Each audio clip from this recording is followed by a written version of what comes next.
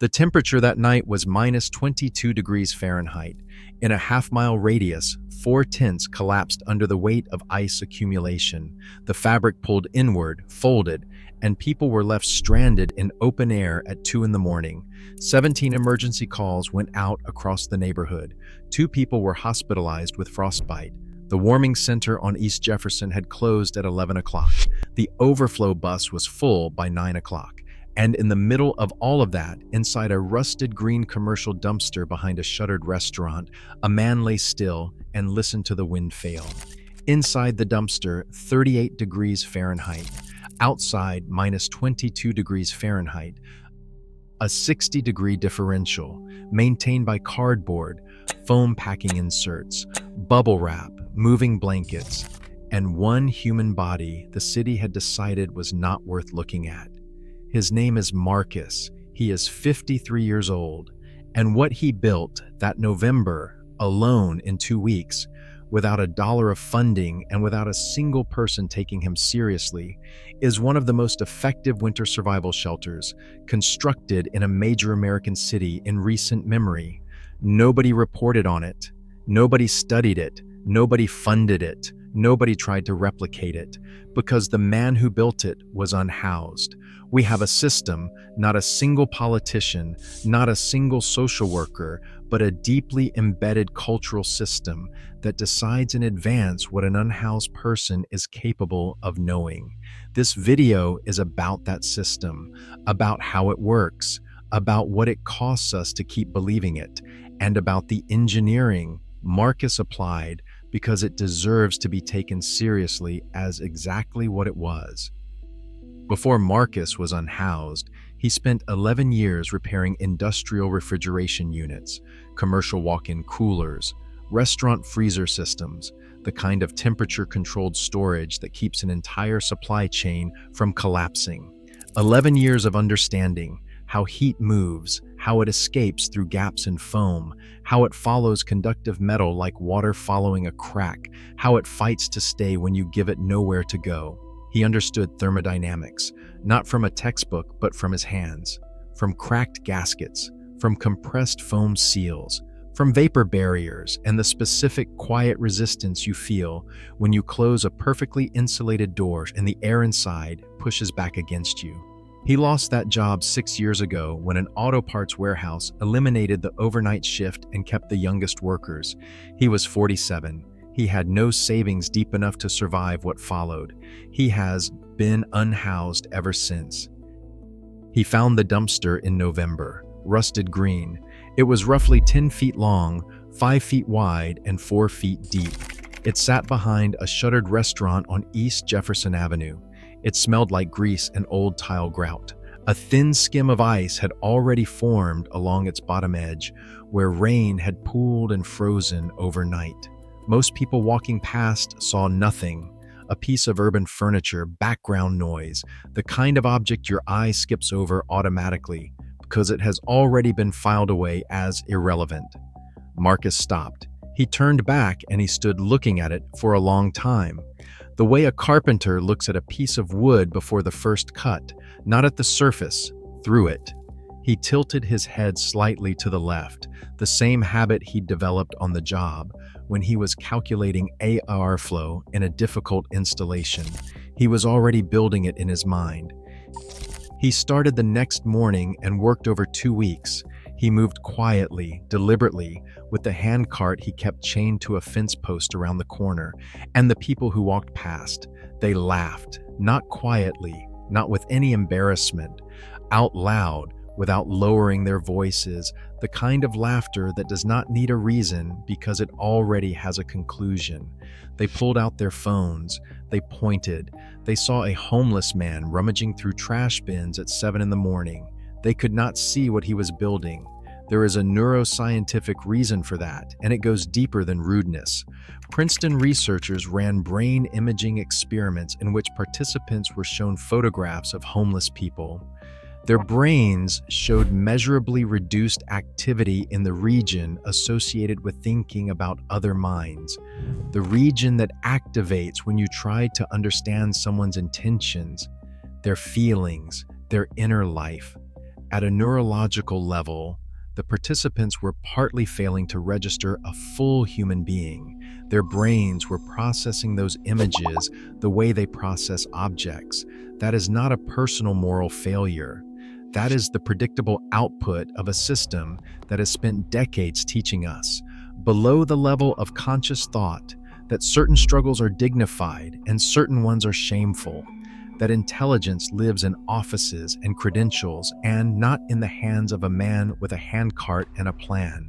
To see a blueprint, you first have to believe an architect is standing in front of you. Most of us were never taught to look that way. Marcus had done nothing to deserve the laughter.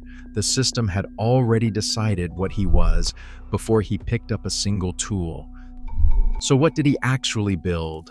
Let's go through it, because the engineering deserves to be understood. The first problem Marcus addressed was thermal bridging, and most people would have skipped this step and paid for it later. Bare metal is one of the most dangerous surfaces to sleep against in winter. Steel conducts cold catastrophically. Touch an uninsulated steel wall at 20 below, and it pulls the heat from your skin in seconds. It does not feel cold. It feels like burning. The metal is not adding cold. It is stealing warmth. That distinction matters. To break the thermal bridge between his body and the steel floor, Marcus lined the dumpster interior with 8 layers of flattened cardboard boxes salvaged from a grocery store loading dock. Then he covered those with a double layer of heavy-duty contractor garbage bags from a construction site bin 2 blocks away. That floor assembly creates something critical, a trapped dead air pocket between the freezing steel base and the surface where a body lies. Dead air is one of the most powerful insulators that exists. It does not conduct heat like metal. It does not move heat like convection. It simply holds whatever warmth has gathered above it. Think of the air layer inside a double-paned window. That quarter-inch gap you cannot see is doing most of the thermal work in the entire panel. Marcus understood this from 11 years of sealing refrigerated compartments. He reversed the logic. For the walls, he used materials that sound like garbage because they came from garbage. Foam packing inserts from a restaurant supply delivery, the kind used to ship frozen seafood. Sections of bubble wrap retrieved from an appliance store dumpster. A 2-inch piece of rigid pink foam board salvaged from a building renovation site nearby. He layered these against the interior walls and secured them with duct tape and bungee cords anchored to the internal frame. That rigid foam board alone carries an insulating value, what builders call an R value, of roughly 10 per inch of thickness. 2 inches means an R value of 20. That is the same insulating rating as the exterior wall of a standard American residential home built in the 1990s, built entirely from materials that had been thrown away. The lid was the hardest engineering problem, and it is where most improvised winter shelters fail. Heat rises. A poorly sealed ceiling is where all the warmth you have accumulated drains upward and disappears within an hour. Marcus suspended 2 thick quilted furniture moving blankets from the inner lip of the dumpster lid using a tension rod, creating a dead air chamber between the blankets and the metal lid above.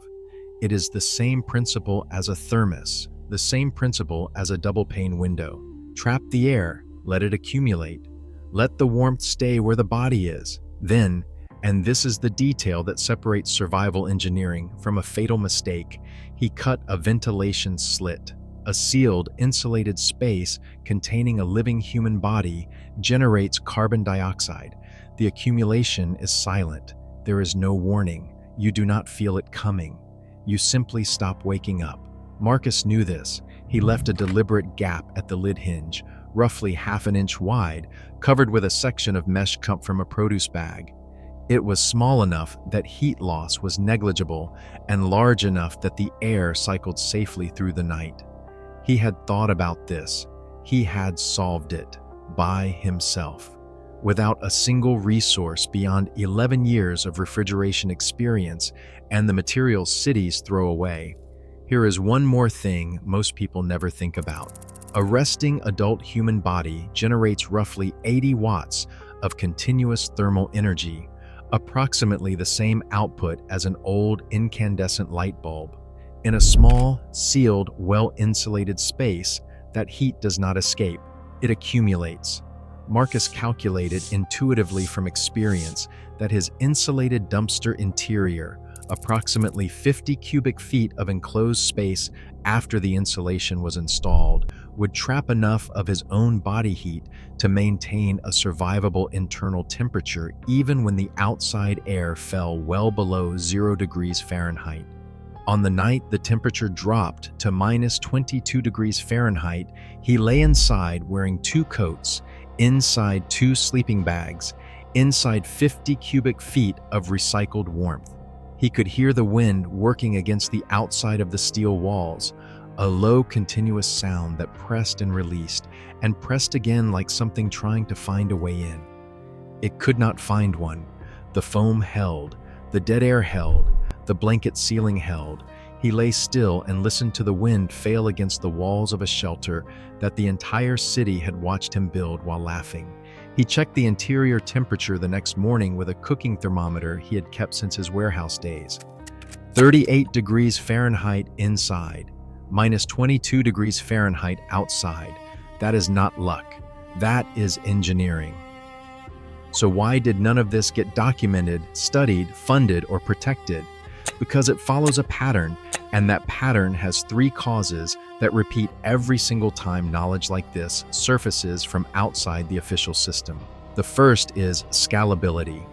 A shelter built on one person's specific embodied expertise cannot be replicated fast enough to satisfy a procurement timeline or a grant cycle.